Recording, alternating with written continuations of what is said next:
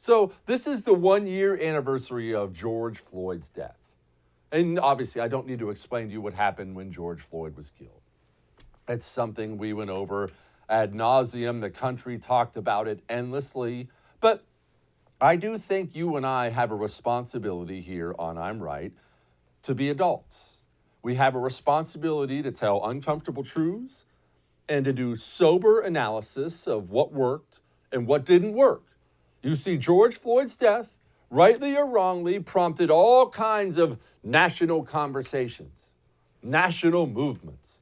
We have to do this. We need this legislation. We have this street group. We have this group. We have this. We're renaming this. We have 19 memorials. Okay, so here we are. We're a year later. I think you and I, as adults, I think we owe it to America. We owe it to ourselves to have an honest, sober analysis of what did we accomplish? Where are we now versus where we were? So, I mean, look, we know what happened in the wake of George Floyd's death. We had street rioting all over the country. Black Lives Matter, Antifa, setting cities to the torch. We had big city district attorneys turning rioters loose from jail, no charges. We had major cities like Minneapolis cutting funding to their police departments. Others that didn't cut funding didn't really cut the funding, but the mayor would say things like, just kind of back off. We don't want to look bad, right? No arrests or anything like that. Just let them go. Look, insurance will pay for it. It's fine. What else have we had? Not just the rioting. What else have we had? Well, the mega rise of anti-white critical race theory, whitey's the and all that stuff. We've had a lot of that. We've had federal policies that almost sound, what's that word? Systemic in their racism. Like Joe Biden promising handouts for restaurants, but white people and white males are last, women and minorities, you're at the front of the line. Things like that. That's the definition of racism. But setting that aside, since we didn't want to do whining about racism, that's what we've had a year of. Okay, so look, I don't know everything, right? You don't know everything. Let's see where we are. Let's analyze how that approach worked. All right, burn down cities, demonize whitey. It's obviously with critical race theory all over the place. We had our professional athletes taking a dump all over the flag. Actors, musicians, college professors, you name it. America sucks, America sucks. Okay, well, let's see what it got us. What did it really get us? Maybe that works. Maybe that's the right move. First thing. Oh, that's weird. I thought the cops were the problem. I'm looking at crime being way up. Number 5, crime rate in New York. This is just New York City alone. This is April 2021 versus April 2020. 30.4 increase in crime. 166.1 increase in shootings. That's funny. I thought there were gun laws. 66% increase in grand larceny. 35.6% increase in felony assault. 28.6% increase in robbery. Which, that's so weird. Felony assault and all the shootings and stuff like that. But the cops backed off. I was assured that the cops were the problem. And I've been assured that guns are the problem. Well, I see all these shootings, and New York City has these strict gun laws. I wonder how we're making this connection. Well, here's the White House press secretary. This past weekend, there were more than a dozen mass shootings across this country.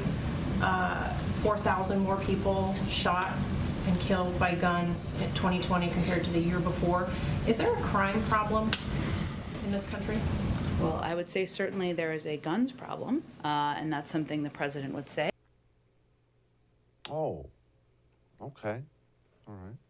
Okay, well, let's set that aside. I mean, not that just some poor people getting shot in these cities is a big deal or anything. Let's move on.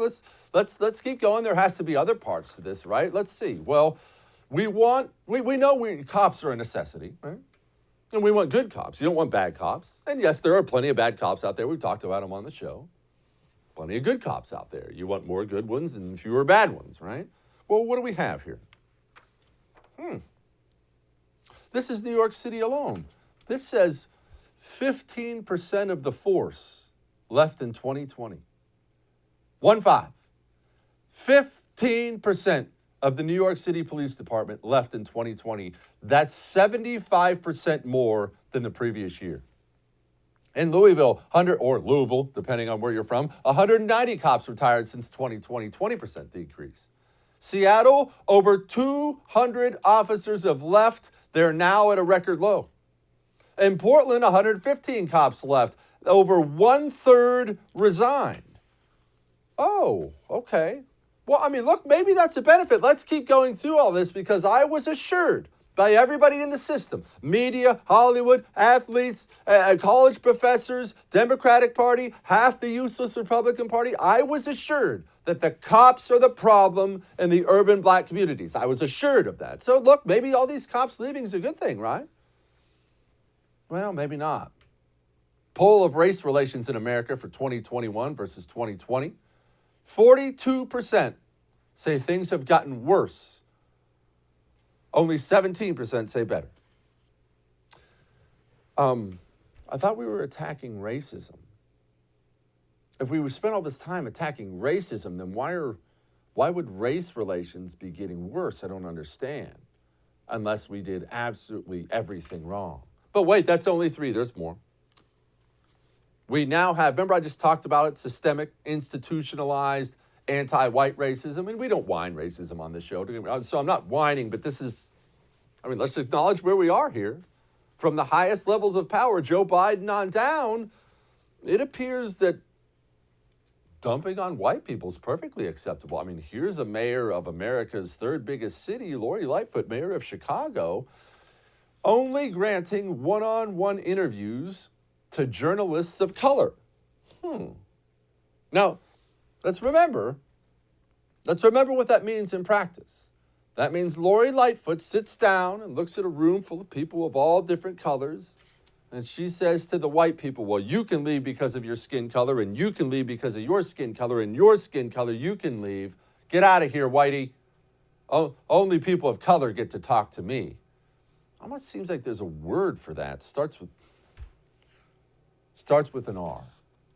Okay, well, you know what? Let's set all this aside. All 4 things. Let's set it all aside.